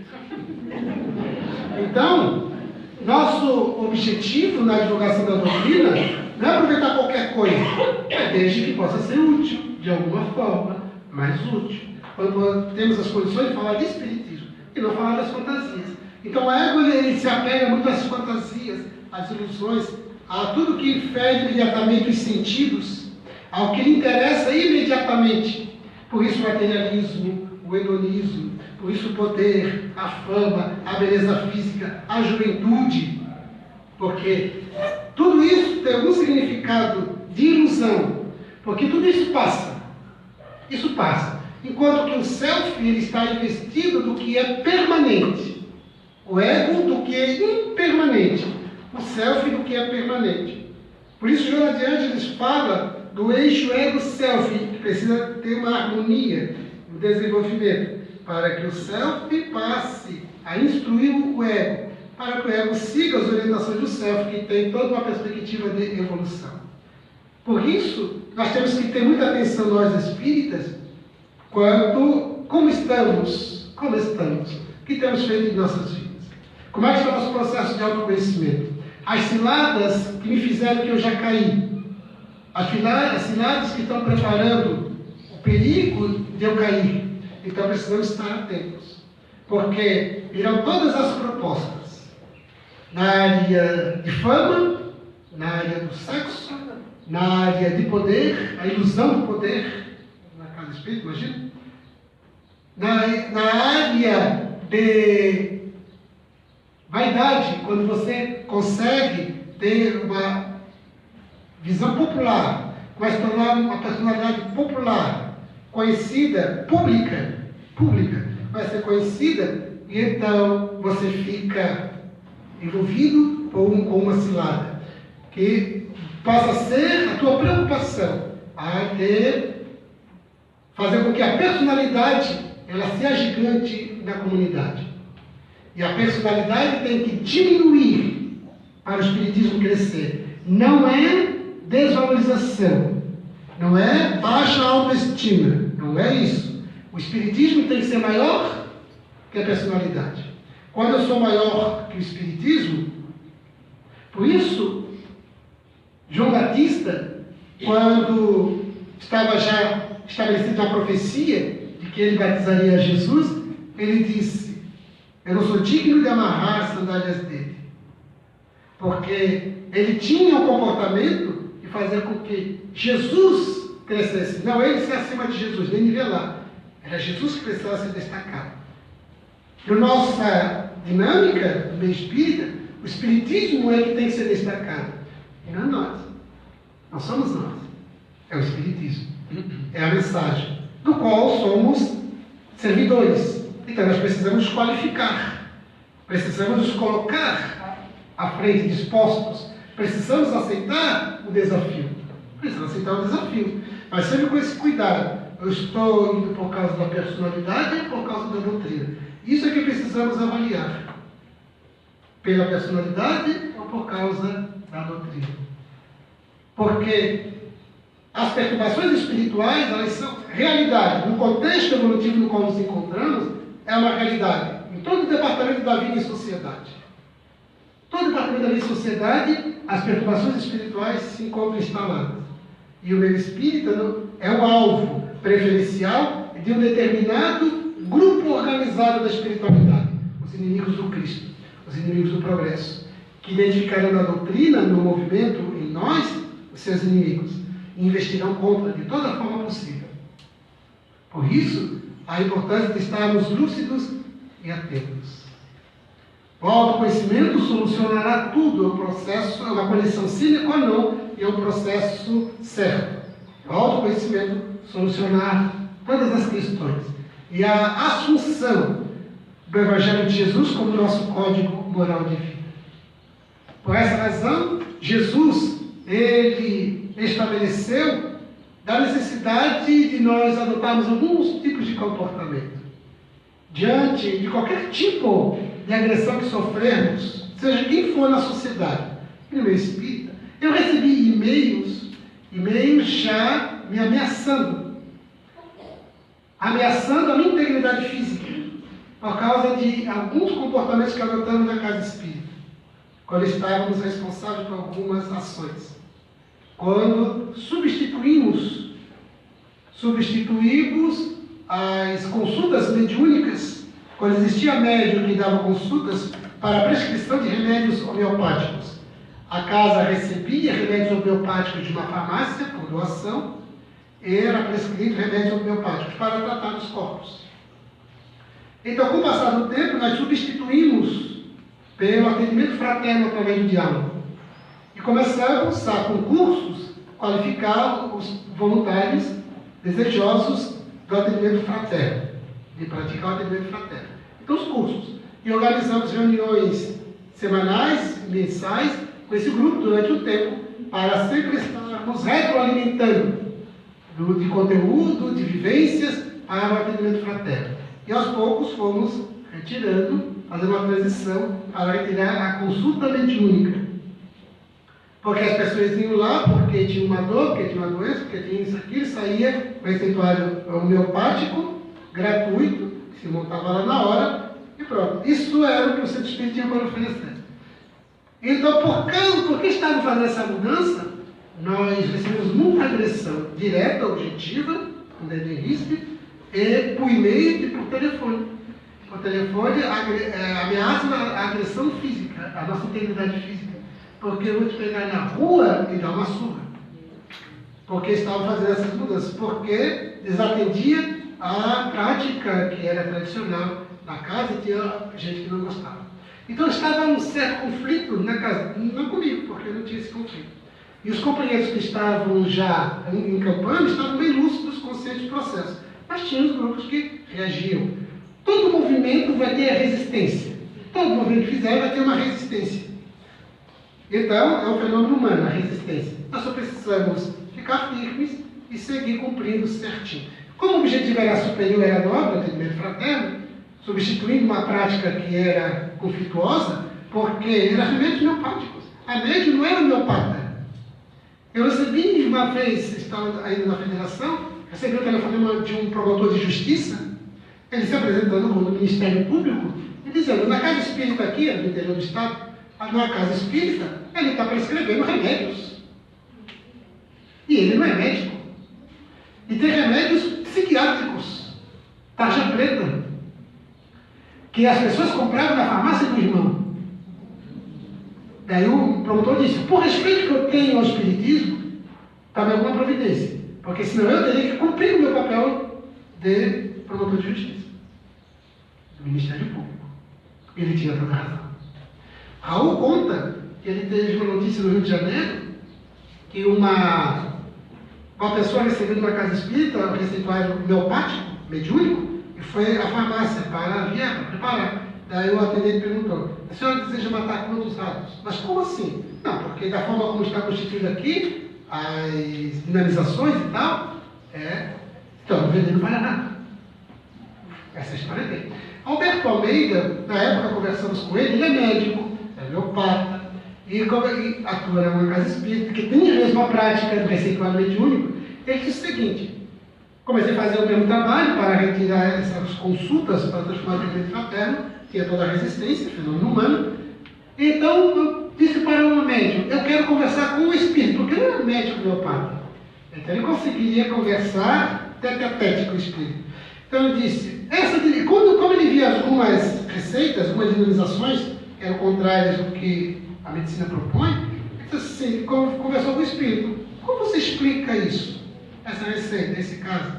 Daí, através desse diálogo, ele convenceu os companheiros de que ele estava certo e era um perigo, era perigoso. E já estava contrário à lei, à prática.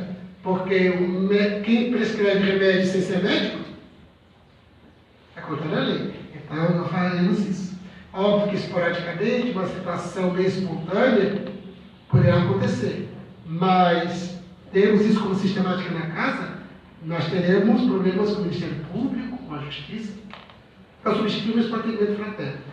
Bem nesse período que estava esse quase tumulto, recebendo ameaças, etc., o Divaldo veio fazer conferência em Santa Catarina, começou por Criciúma.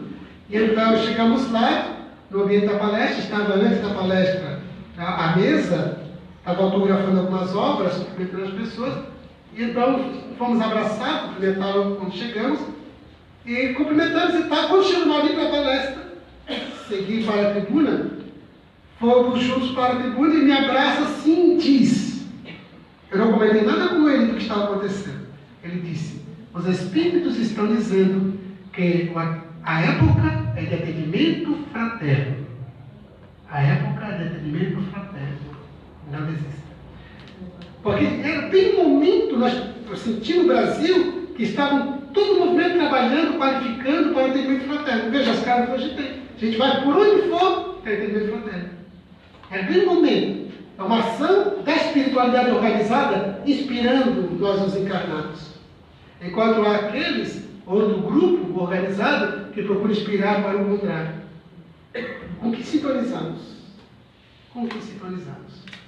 Atenção para nossas inclinações negativas. São as nossas inclinações negativas o nosso ponto vulnerável, o nosso ponto frágil. É o acesso pelo qual a espiritualidade inferior adentrará. Agora, o problema de termos os nossos pontos vulneráveis, somos imperfeitos, A questão é nos entregarmos à vulnerabilidade, a essa fragilidade moral. O importante é percebermos isso pelo autoconhecimento e trabalharmos pela transformação. Isso sim.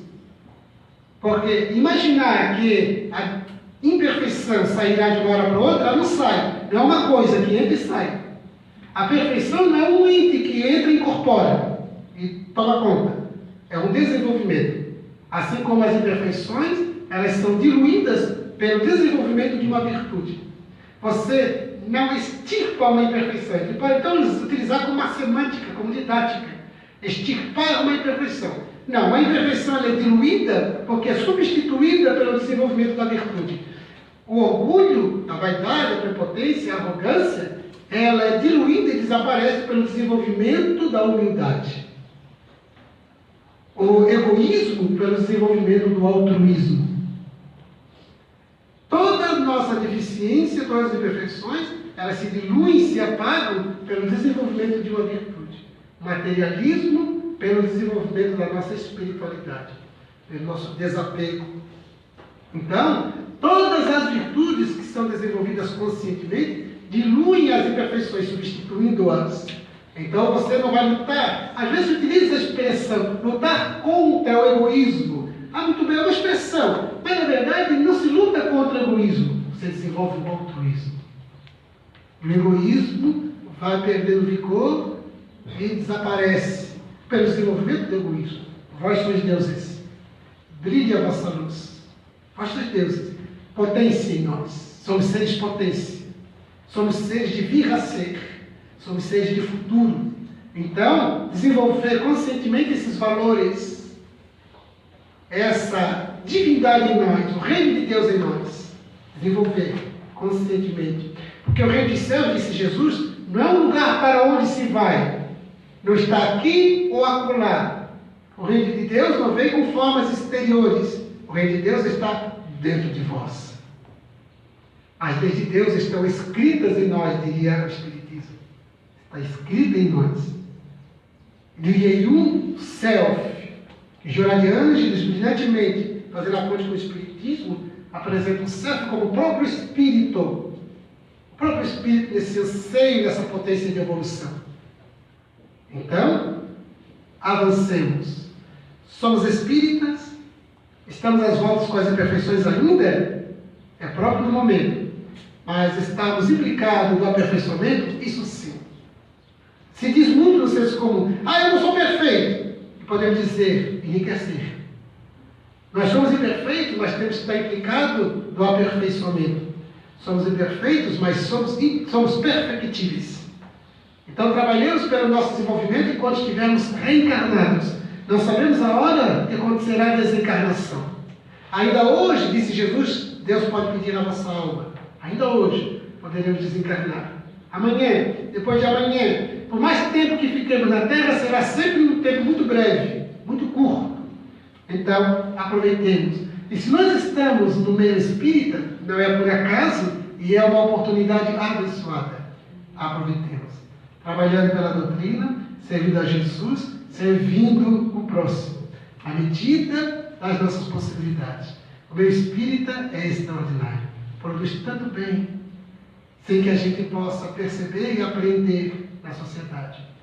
Uma vez, estava no centro das ruas do centro de Florianópolis, um senhor com a esposa, disse assim, tu não és ali do centro espírita, que fica perto, fica bem central. Se sou, deixa eu contar a minha história. Há uns anos atrás, eu era casado com a primeira esposa, não esta, a primeira esposa, e eu descobri que ela tinha um relacionamento extraconjugal.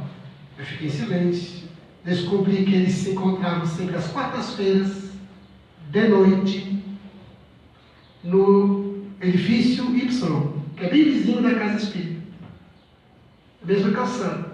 E então, eu fiquei em silêncio, consegui um revólver, coloquei na mochila, coloquei o carro no estacionamento e fui pela calçada calmamente, porque o meu projeto era surpreendê-los e matá-los os dois. E então, estava caminhando pela calçada, Quando eu estava passando bem na frente do centro espírita de vocês, a porta estava aberta, estava acontecendo a palestra, que às quarta-feiras tem palestra, a época ainda era às 20 horas a palestra, estava acontecendo a palestra, e ele disse, eu não sei o que aconteceu. Eu olhei assim, como você olha, estava lá a palestra acontecendo, não sei o que aconteceu, mas foi o espírito de vocês, foi Deus, meu anjo de guarda, não sei o que foi, mas uma coisa me puxou para dentro. Me fez subir aqueles 3 degraus, eu me encostei na porta e ouvi uns 15 minutos. Os 15 minutos. Foi suficiente para me retirar o projeto homicida. E provavelmente suicida, porque eu acredito que não suportaria. Então, eu voltei para casa e desfiz o revólver. Quando ela voltou para casa, eu revelei para ela que sabia e disse que não tinha umas condições. E então, o melhor recurso moral era a separação. Então, a separação se deu. Hoje vou ter que me casar, apresentou a esposa. Então, eu queria que você soubesse essa minha história, porque eu acho que seria importante. Então, quantos que nós não temos notícias? Quantos que não temos notícias? Eu estava numa confeitaria, na fila para pagar. Uma jovem, ela pagou na minha frente, saindo, ela me viu e disse, tu és o gesto da vai faz palestra no centro espírita tal? Eu disse, faço. Ah, assisto as palestras lá. Eu disse, que bom. Se despediu e saiu. Eu estava com um companheiro, namorado, marido, não sei. E foi na direção do carro. Um minuto depois, toco no ombro, olha, era ela. Eu disse, tive que voltar. Porque eu tinha que dizer, a minha vida mudou assistindo às palestras espíritas. Expressão dela, a minha vida mudou. Eu mudei meu comportamento com as palestras espíritas.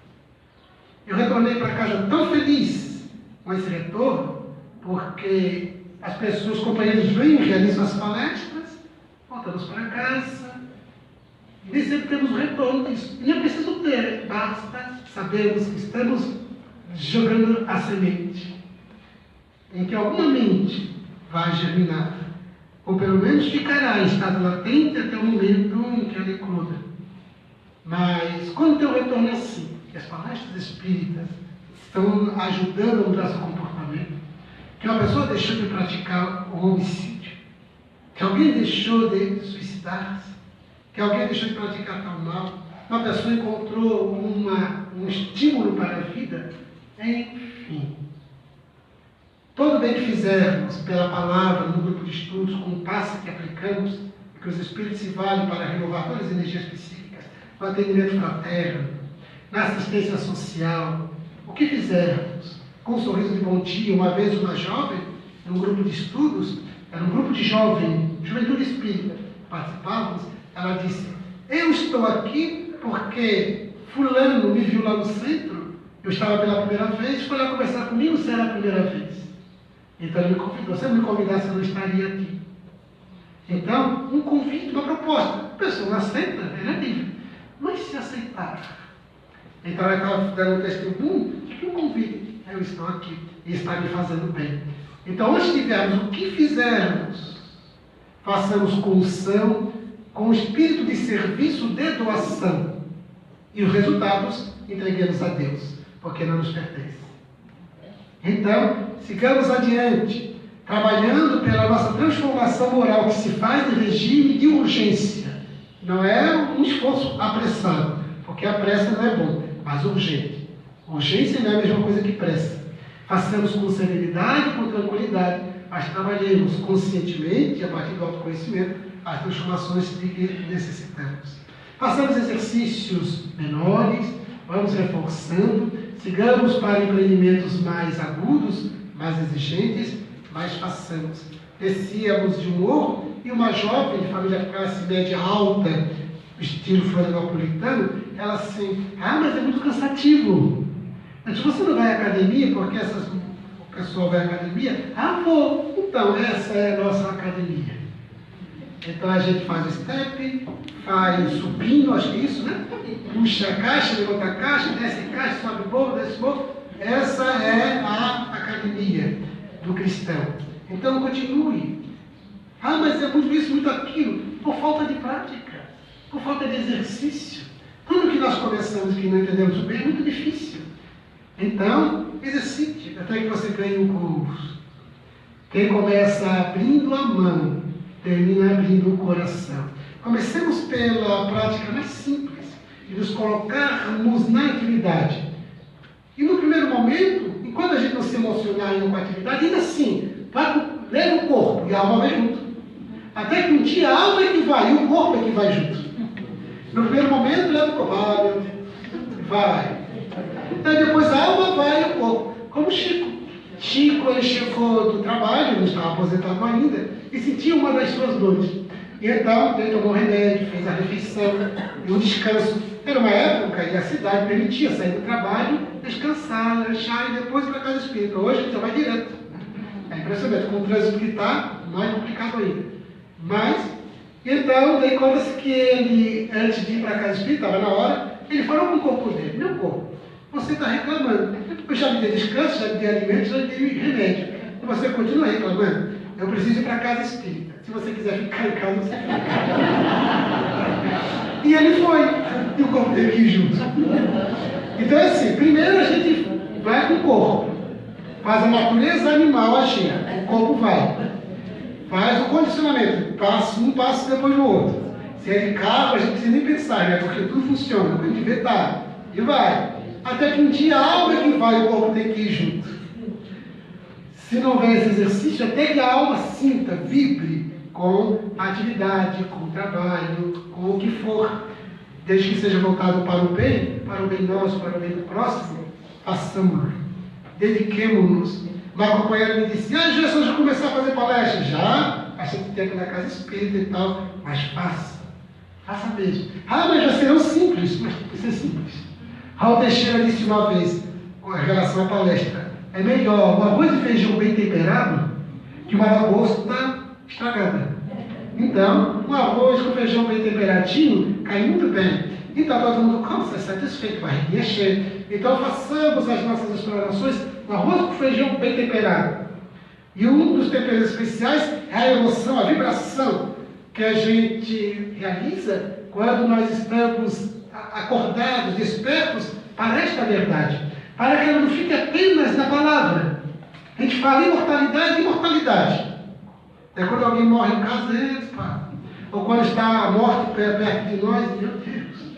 Então, imortalidade. Eu fui participar de um evento em psicologia e na recepção dei o meu nome para verificar a inscrição e vi o Tavares, a moça, a mulher. Tu és parente de Givaldo Tavares? Disse: meu pai.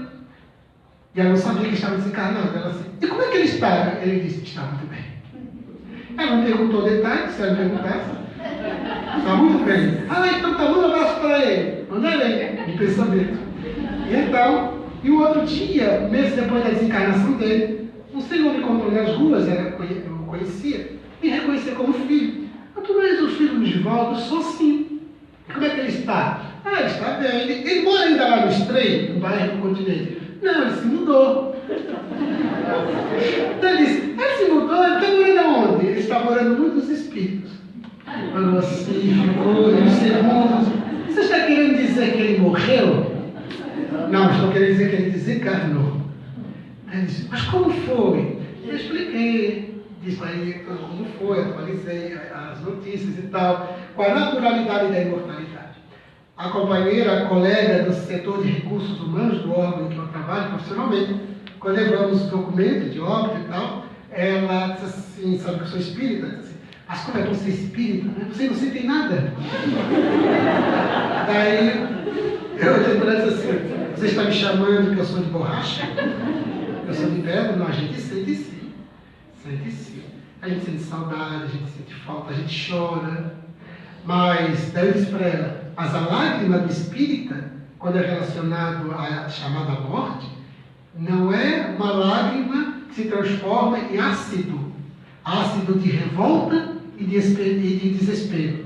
Porque o ácido de revolta e desespero corrói, destrói a esperança e a fé. A lágrima do espírita é o orvalho.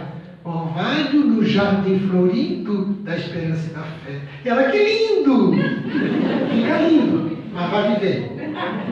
Quando chegar a sua vez de experimentar a morte do ente querido, óbvio que dá saudade. Óbvio que as lágrimas se derramam. É óbvio. Porque se não sentirmos a falta, não representou nada para nós. Imagina um espírito desencarnado e ninguém sentiu essa falta. Uma vez uma amiga, época de 42 anos, quando o marido morreu, e sempre a vi, enquanto casada, ela sempre qualquer roupa, porque a mulher gosta de se arrumar, né? Hoje as colegas, muito arrumadinho, cabeleira, cabelinho de uma cor e tal. Uma colega grita, mexendo o cabelo, porque quer dizer que foi um salão, foi diferente. Ai, que jaqueta linda! Ontem uma colega disse, veja só a jaqueta que eu comprei, vestido toda sacola. Jaqueta com um rasgo aqui, um rasgo aqui. Disse, meu Deus, o que é moda, né? Rasgo aqui, outro rasgo aqui. Daí, que linda, pensei, como linda se está uma jaqueta destruída. Mas se arrumou, tudo pintadinho, todo bem ajeitadinho e tal. As mulheres têm essa inclinação positiva. Então, ela não sempre qualquer roupa era roupa, sem brilho nos olhos, o cabelo, como as mulheres dizem, né? Deslambido, né? Deslambido e tal. E um dia, ela aparece repaginada. Toda maquiada, bem pintado, o vestido bem escolhido, salto alto, cabeleira bem feita. Disse, que coisa boa, porque ela tinha sido lá com depressivo, agora está tudo bem. Então, fulano, oi, tudo bem, tudo bem. Fazia tempo que não havia. Disse, fulano, marido, morreu aquele miserável. Pronto, a repaginação dela está na morte dele. Eu fiquei pensando por ele, tadinho. Ele está do outro lado, vendo se está fazendo falta. Então, às vezes, as pessoas não espíritas, e alguns espíritas, dizem assim, já me falaram lá no centro espírita, que é para eu não chorar de saudade do meu pai, da minha mãe, do meu filho. Mas por quê? Porque faz mal para eles. Não faz mal, não. Quando as tuas lágrimas são de saudade, fazem bem, porque é a representação de que eles têm significado para ti. Fazem bem. Sabe o que faz mal? É quando essa lágrima é de revolta e desespero. Avalia. Se for de revolta e desespero, por quê? Não devia ter vindo, que Deus pediu satisfação a Deus, revolta, não suportando, não aceitando, isso faz mal. Agora, se é uma lágrima de saudade, não, avalia. Não, é de saudade, então faz bem. Uma vez o companheiro disse assim, grupo de estudos, no centro espírita tal disseram que nem é para orar pelo pai desencarnado. Disse, por que não orar pelo pai desencarnado? Porque atrai ele para vir para casa. Qual é o problema? O seu pai desencarnado vir até a sua casa. Porque é desencarnado, agora virou alma penada, virou assombração. É muito bom que ele venha te visitar. É muito bom, porque ele veio te inspirar para o bem e te ajudar em muitas situações. É muito bom. Então não tenha uma visita do teu pai. Porque ele vem sem que tu saibas. Outros espíritos entram na tua casa sem que tu saibas. Agora, imaginar que orar pelo pai faz mal porque ele vem. Se ele estivesse encarnado, você aceitaria visita tranquila. Só porque não está no corpo, então é uma assombração. Veja, não faz sentido. Faz sentido. A gente trabalha, o raciocínio, para que os companheiros aprendam, assumir um outro conceito. Para que possamos, então, entrar na faixa dos espíritos bons. Joana de Anjos sempre propõe a técnica. Todo pensamento pessimista substitua por um otimista. O pensamento sem esperança substitua pela esperança. E esperança é do verbo esperançar. Esperança não é esperar, porque esperar é passivo. Esperança é esperançar. Esperançar é dinâmico, é proativo. Quando eu vou na direção de um objetivo, de uma meta, estou em movimento. Então, o esperançoso é aquele que está em movimento, não é aquele que está estático esperando. Ele está em movimento. No movimento de progresso, no movimento de transformação, sempre a esperança. Que nunca morre. Dizem que a esperança é a última que morre. Não. A esperança autêntica jamais morre, jamais é ameaçada. A esperança autêntica. Então, substituamos. Saibamos substituir tudo que é negativo pelo positivo.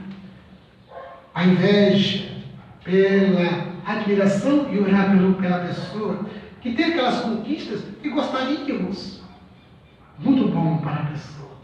E possamos ter como modelo, se for o caso, como um exemplo de conquista, mas não invejar. Saibamos substituir.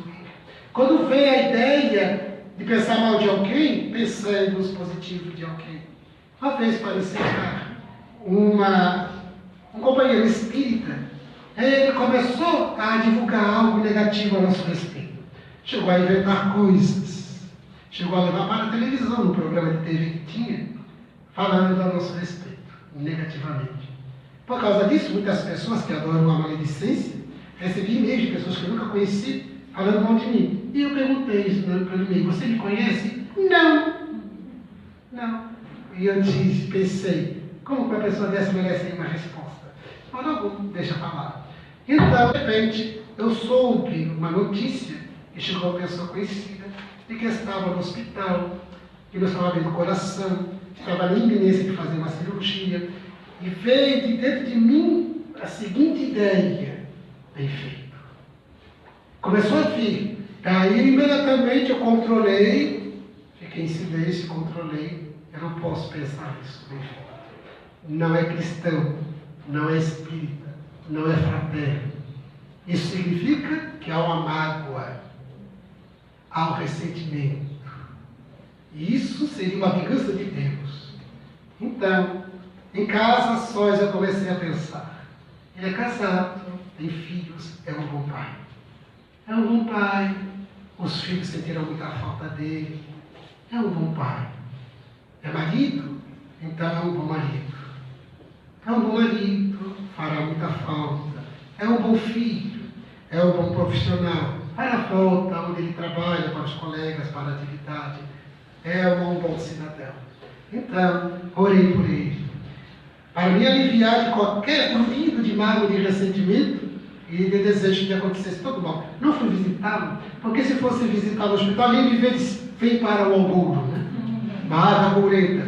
Então não fui, mas orei para que se restabelecesse. Se restabeleceu, voltou ativa e muito bem.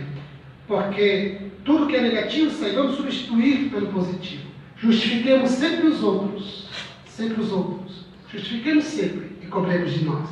Porque enquanto eu ficar me justificando, me explicando e acusando os outros, eu não cresço.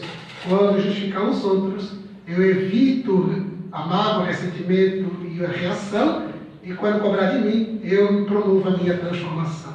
Então, nossa tarefa de espíritas é divulgar a doutrina, não somente pela palavra falada, escrita, mas a da vivência, da inter-relação pessoal. Porque a maior forma de divulgarmos a doutrina é o nosso jeito de ser, nosso jeito de comportar onde estivermos, com quem estivermos.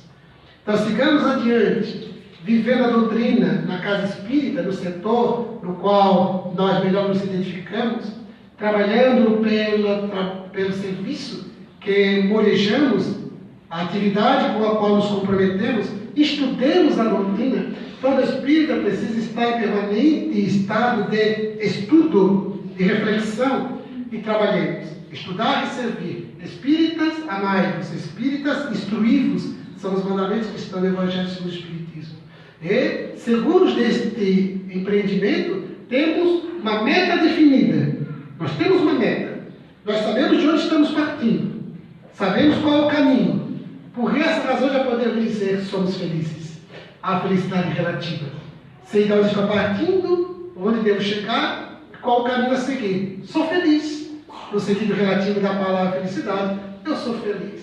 Então, sigamos adiante, estudando mais, trabalhando mais, sigamos adiante, com alegria de viver. O espírita é alegre intimamente, não é um palhaço, ele é alegre, mas uma alegria discreta, uma alegria serena, mas alegre, disposto, animado, e que segue adiante, não se detém, não recua, não se desgasta por quinquilharias, está sempre disposto, sempre animado e sempre fiel a Jesus, leal à doutrina espírita.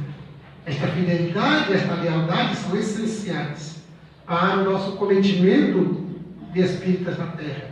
Sigamos adiante na perseguição da meta, suavemente, serenamente, mas sem desistência. Sigamos adiante e saibamos agradecer a Deus. Agradecer a Deus pela vida, por estarmos aqui, pela oportunidade da atual reencarnação, pela oportunidade desta reencarnação estarmos como espíritas. Nossa gratidão a Deus, nossa gratidão sempre a Jesus, por ter descido das estrelas às sombras da terra e deixado as pegadas inconfundíveis para que Ele nos servisse de guia e as suas exemplificações para nos servir de modelo. Nossa gratidão a Jesus pela própria doutrina espírita, porquanto foi Ele que convocou Jean Hus no início do ano, no ano de 1804, para que Jean Hus, esta personalidade notável da Idade Média, que foi queimado vivo, para que ele pudesse reencarnar e ser Hipólito Leon Denis Rivero, o Allan Kardec, quando ele reencarnou no dia 3 de outubro de 1804, neste mês, bem próximo da coroação de Napoleão Bonaparte. Então Emmanuel conta que no mundo espiritual as hostes superiores estavam reunidas com Jesus para decidir sobre a vinda do Consolador à Terra. E na Terra, França estava preparada para coroar Napoleão Bonaparte, que aconteceu no mês de dezembro, na Catedral de Notre-Dame. Quando o Papa foi coroado, ele retira das mãos do Papa e coroa-se. Então, 2 meses antes de Napoleão ser consagrado imperador pelas mãos do Papa, ele, Jean Hus, foi convocado por Jesus pessoalmente para reencarnar e tornar-se o codificador da doutrina espírita. Então, nossa gratidão a Jesus por essa providência, por ter trazido o Consolador à Terra. Mas nossa gratidão a Kardec, já que é o mês de aniversário de nascimento dele, 212 anos, nossa gratidão ao codificador. E, com gratidão, nós agradecemos aos companheiros do Centro Espírita Allan Kardec, que sempre nos convidou, sempre nos acolhe com amizade. Nossa gratidão pela oportunidade desta tarde de estarmos em clima de fraternidade, em clima de solidariedade, à luz do Espiritismo, sustentado no Evangelho de Jesus, reflexões simples, mas oportunas, para que possamos fazer desta atual reencarnação uma reencarnação vitoriosa. Não uma vitória sobre os outros, mas a vitória sobre si mesmo. Assim, avancemos com alegria e disposição. Nossos votos, nossa manifestação particular de gratidão a cada uma das senhoras, de gratidão a cada um dos senhores e jovens, companheiros de ideal. Os companheiros que tivemos a oportunidade de rever neste reencontro. Outros que não conhecemos, mas começamos a estabelecer os laços. Nossa gratidão pela presença. A atenção educada, a presença paciente. Enquanto a direção da casa, nossa gratidão pela possibilidade. E os nossos votos a todos, nossos votos de muito progresso, nossos votos de muita paz. Muito obrigado.